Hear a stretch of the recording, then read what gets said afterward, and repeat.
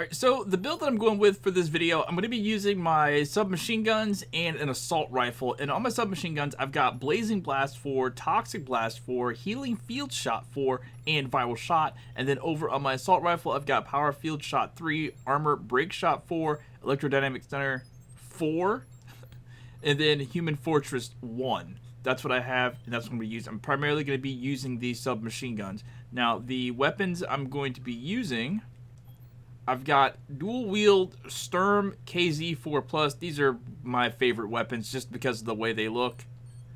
They just look like baby Uzis to me. I think they look really cool. And then for my assault rifle, I'm going to be using a Sylph Type D just because I love the way this thing looks. I know it's probably not the best assault rifle for me to be using in the game, but it just looks really cool. Looks like a, I don't know, just looks like a really cool weapon. Alright, so listen, as I'm getting into this, guys, I would like you to do me a favor. I have a question that I just need to answer to. I tried to look for the answer to this, and I'm pretty sure it's just easier than what I'm making it out to be. But the question I'm looking for is, the answer I'm looking for is this. I want to do the Lisbeth thing, right? And get my weapon mods up. And I'm trying to find out exactly the best way to do that, right? And everything that I've seen, you guys have told me I've got to do New Game Plus, which I'm going to trust you and believe you. And everybody that all the information that I've said, it says that's what you got to do. You got to do New Game Plus. So the thing that I'm really like curious about is, what does that mean, do New Game Plus? I'm pretty sure that at some point in time this has already been like explained to me. So forgive me if I'm kind of sped. But does that mean that I literally have to start over on a new save file so I can access a New Game Plus? Or do I just take this same game file that I'm playing right now and then put it on normal mode and then go and fight like the boss in the cave or whatever like that, then go and then put it on extreme and then go fight whatever boss there and do that? Can I do it that way? Or do I literally have to just start a brand new game? That's the part that's super unclear to me. So if you guys could help me out with that, let me know down in the comments. I kind of want to make a video and showing me doing that, because I know for the longest time I've said that I'm just going to go ahead and do it, but I haven't done it yet. So if you could help me out on that, that would be super cool. Thanks, guys. Now, the topic of this video that I kind of want to talk about, and I made a video on my main channel, and we were talking about the best weapons in anime, and my friends had some they didn't really give their opinions, really. I came up with top three weapons that I would use, that I think that I would want in anime, right? So the weapons that I chose, I wanted one that would be sort of transformative, like when I say transformative, I mean something like how the Power Rangers had their Power Morpher. It transformed them into something. The Power Morpher wasn't exactly like a pistol, it wasn't like a knife or something. It was a weapon, but it was something that transformed them into something else. So I wanted a weapon like that. I wanted a weapon that was really, really cool. And then I wanted a weapon that was like not exactly super transformative, but did have some like transformative properties, something that I could like do anything with that was malleable. Like I'm thinking like maybe if you ever seen Spawn, his suit was kind of like the symbiote suit. It's a weapon, right? But we got to think about what anime. So the first weapon that I chose, and this is the transformative weapon, it would be the D-scanner from Digimon Frontier. And I would use that D-scanner, and if I had my way with it, I would use that to sort of transform me into a Digimon. And if I had my choice to choose which Digimon I would... Oh, this is actually a tough mission. I should have chosen an easier mission for this. This is actually kind of hard. I would choose to be like one of the Celestial Digimon, because I think that Angemon, even though he's not the strongest Digimon, I think Angemon is definitely the coolest, and I love Angemon's power. I really like his power. Like, he has that Fist of Fate, right? I think he creates, and he has like a gate. He can like make a gate, and he can just like vanish like things. He can make things go away. And whenever I saw him do that for the first time, I was like, oh, that's kind of powerful. That's kind of OD. Now, I'm not sure if he was able to do that on like higher level enemies. I know the one times that they did show us that on Digimon, that he was able to like just completely like delete like enemy monsters that he came across in the Digi world. So I know that wasn't exactly a thing on Digimon Frontier. I don't know how many of you out there are fans of Digimon Frontier. I thought Digimon Frontier was probably the second best Digimon, the best being the first Digimon that we ever saw, because that introduced us to the world. And incidentally, since they got the dub version now of that Digimon, I have been the new Digimon, because they created a new series, Digimon 2020 CE or 2020C or something. I've been watching it on Hulu, and I've been really, really enjoying it. If you haven't checked it out on Hulu, definitely check it out. They did only have like the dub, and I think I saw not dub. Yeah, the subtitle. They had the subtitle originally, only subtitle, and I was watching that on like Amazon Prime, and I wasn't enjoying it that much because I don't really like the whole subtitle thing. Whenever I look at anime, and this is just me being me, I don't like to read the bottom of the screen, especially when there's like action scenes going on. I like to pay attention to the action, right? So I don't know. That's just my personal foible when it comes to anime and stuff. So that for certainty would be my weapon. Now I don't know like what situation I would have to use that weapon in, if I would even use it at all. Like, I don't know. I guess it would be kind of cool to like be in our world and be able to like, I don't know, be an angel, give people hope, because I'm pretty sure they never really stated this anywhere, but I'm pretty sure that Angemon was able to heal people, right? I don't remember them ever saying Angemon was a healer, but he's an angel, so I assume that he could heal. So I would definitely do that, and I would just try to like help as many people as possible. I guess that would be my whole thing. I don't know.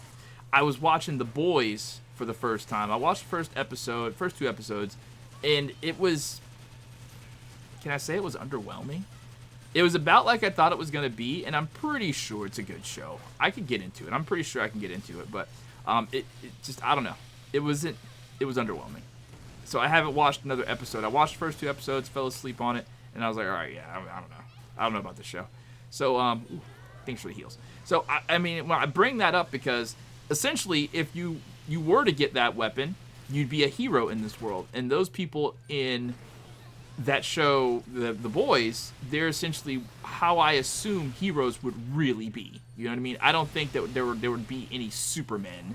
You know, there wouldn't be any Boy Scouts. They would be, the heroes would be flawed. You know what I'm saying? They would have powers, and they would use their powers for good, but I imagine that they wouldn't use them 1,000% for good. They would kind of be dicks with them, sort of. And I assume that's what the bulk of The Boys is about these heroes, because that's what they pretty much intimate with the first episode, that the superheroes, they're just not good people, and they have powers, they do good things, but they're not just good people. They're awful people that do good things.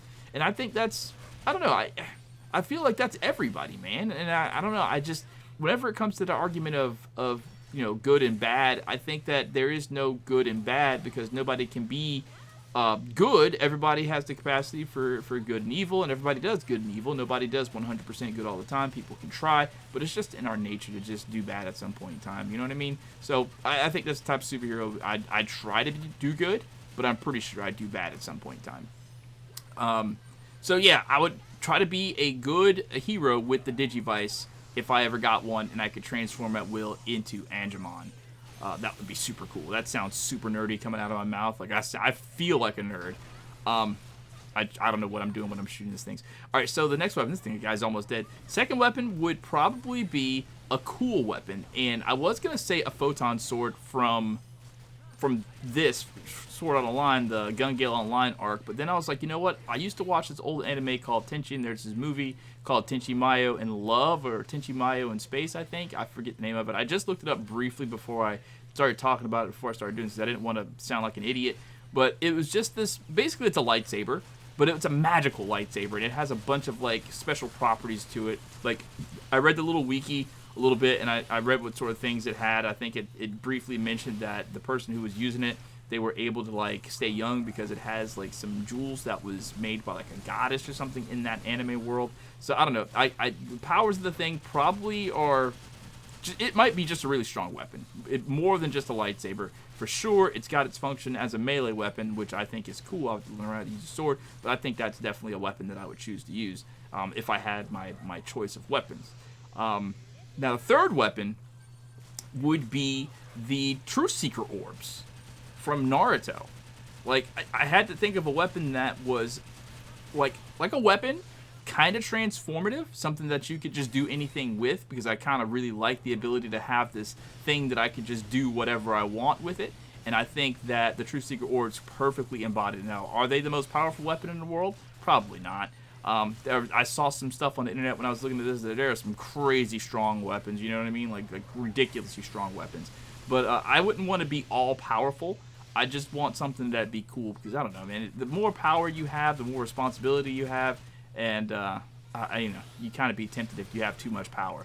But the True Seeker Orb seemed pretty powerful. I didn't know it before reading this, but when the True Seeker Orbs, you could actually like use different like chakra natures or basically different elements is what I got from them. I might be wrong. I might be saying this wrong, and the Naruto people, they might be like, yeah, you got that wrong. But I think I remember it saying, as I just read it, it said something like that people with True Seeker Orbs, the people that use, they could use different natures, different affinities. So that's why Naruto is able to use all those different styles, is because of the True Seeker Orb. So I think that is 1,000%. Jesus Christ, this is why I don't like this mission, because you get knocked around so much. But I would definitely use that. I think the True Seeker Orbs, the idea behind True Seeker Orbs is cool. You have these little balls that float behind you. You can use them to do whatever you want, basically. I really want to hit this thing's weak spot, but it won't sit still for me. I want to hit it with another electro. Oh, god damn it. Here it goes. Maybe if I stay right under it, I won't get hit with this. Okay, throw that down. Making these videos, and I know this is like a complaining thing, and I don't want to complain when I do this, but bro, it's so difficult. Like, I've wanted to make an SAO Fatal Bullet video for a grip now. I'm going to die again. But it's just, I really rarely have, like, anything to talk about when I do these things, so I have to, like, really think of, like, different topics to bring up and discuss. And I thought this topic that I brought up in the Shinobi Striker video was a pretty good topic to bring up. 3 weapons, because I feel like people in the comments, you guys that are watching this, you guys could tell me what weapons you would choose and why I died again. God dang it! You guys could show me or tell me what weapons you would do. What would you go for? Would you go for something that's all powerful, like super destructive, like become basically anime god, or would you choose a weapon that's a little bit more reasonable, a little bit more down to earth? You know, something that's not crazy. Like, my first instinct was I would choose the Buster Sword from Final Fantasy VII. I think that's really cool, but realistically, though, I probably couldn't wield that thing, bro. That thing is so big. So I probably would, and here's the thing. Final Fantasy VII is they do have an anime, but I don't think it really counts as an anime weapon, does it? Nah. I've got a katana, but I don't know how to use it. I would like to. At one point in time, I did want to go take Bushido. There was a school where I was in my city called the Bushido Academy that I was going to enroll in, but I learned that that's just a name. They really didn't teach you how to use, like, swords.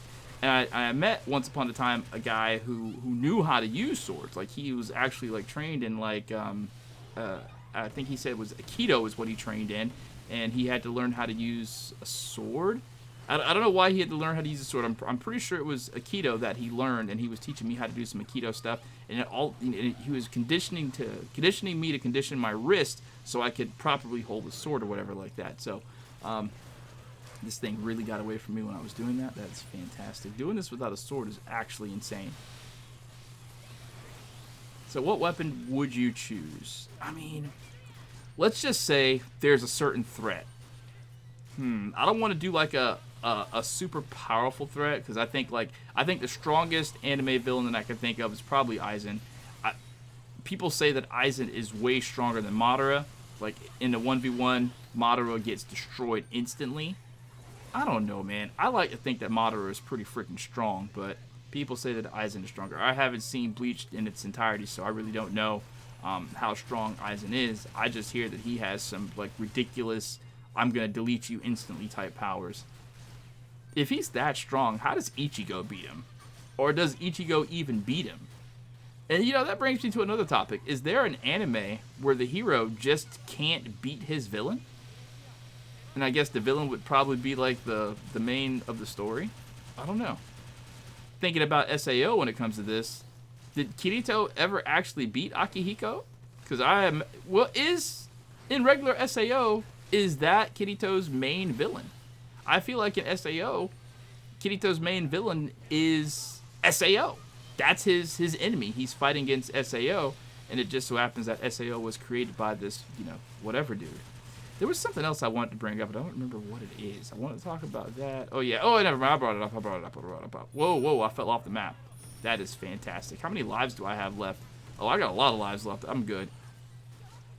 Can you believe whenever I used to do these videos back then, I used to I used to have to be able to make a video and not die using my build, whatever I was fighting. So I'd record, and if I died, I'd say, crap, I have to start over and do it again. And sometimes if I died, I'd just be like, whatever, I can't not die in this. Because I wanted my build, you know, to show you that the build was like really, really good and it actually really worked. But I guess stuff will start to work a lot better once I do this New Game Plus. I'm still really confused about that because, I mean, I feel like the way I've saw it, I saw this guy's video. Oh my gosh, bro, this guy's video. I don't want to like talk negative about anybody, but it's like the video was like how to like change your mod level on Elizabeth, and this dude just didn't get to the goddamn point. I mean, I get it, bro. You wanna draw out the video or whatever like that, but listen, man. If you're trying to do a video, content creation or whatever like that, that's fine. You want to be a content creator, go ahead. But if you're like making a video and the point is to show somebody how to do something, man, just get to it, bro. Just get to it. Yeah, watch time or whatever like that. You know what I mean? It's whatever. I think in times past, people were under this like they were laboring under this like false delusion that, you know, the video needs to be like 10 minutes long, needs to be 8 minutes long, or else you're not going to get the watch time and you're not going to get the revenue or whatever like that. I'm here to tell you, bro, I have videos that are literally 1 minute long that do really good with the revenue. I mean, probably not the best with the revenue, if I'm being completely honest, but they do really good for the revenue for being like a 2-minute video, you know? And it's all because, and that was my whole strategy with making those tutorial guides. I know somebody in one of my live streams, they're just like, I want to make content and I want to do tutorial guides like you, like guides, stuff that I know. Because that's like, I don't know, I feel like those are the best videos to make because I feel like everybody will need those at some point in time. So that's why I like to make the tutorial guides and build videos, stuff like that, because people will need them at some point in time. They'll always need them if they ever come across a new game. I think that's just my ability to do YouTube, because I'm not super funny. I try to be super funny, it just comes off as being cringe. But just get to the point is all I mean to say. If you want to do something, the guy, he was just going on and on about this, that, and the third, and he was just in this long, like, sort of lazy voice, and I'm just like, buddy, I don't care about this, and the way that you're sounding right now, the only reason I'm continuing to watch this video is because nobody else has a video that's directly titled this, that is talking about this, so you're it. And I'm like, I get it, I can skip through his video and like try to find the information that I need, but still though, just give the information. I guess that kind of harped on that. I mean, this thing's almost over, man, and I guess I kind of ran out of things to talk about. So yeah, just let me know down in the comments, man, what weapons would you choose as your top 3, and definitely let me know what I should do when it comes to New Game Plus. Like, I don't see anything that literally says New Game Plus on it. It Mask of the Abyss, normal mode, Kirito mode, and different DLCs. So I mean, maybe I think I beat the game. I'm pretty sure I beat the game. I saw the little ending cutscene, and I went to the part where I'm at the bed, and it says that I could go through different stuff. Maybe do I have to go to the bed and access different, like, I don't know. Just tell me exactly, step by step, what I'm supposed to do. Like, if I shut off the game right now, just imagine I shut off the game right now, and I want to go New Game Plus, what am I supposed to do? Please tell me, like, step by step. And then once you tell me that, I can make the video, and then I'm pretty sure that other people did I die? Other people like Quoted Lime, he'll want to know how to do this because he's just getting into it. It's wild to me to think that people are still like getting into this game brand new. Like, this game has been out for so long and people are just finding it. I mean, it's not a bad game. It's a pretty good game. It's just, I don't know, it's been out for a while and I guess I'm burnt out. If it's new to you, it's new to you. Alright, so this has been an 18-minute long video. Oh yeah, one more thing I wanted to ask you guys. I know I kind of rambled in this. I was just trying to talk like normal. I didn't like really script anything out. But let me know, do you guys actually watch these like whole ass videos that are super long? Because these missions are not 10-minute long missions, and once I start doing the commentary, just let me know if you're you know, watching the whole thing, and then I can, like, I don't know, maybe gauge and see what I can do more and make just more like regular commentary videos over gameplay and stuff. Alright.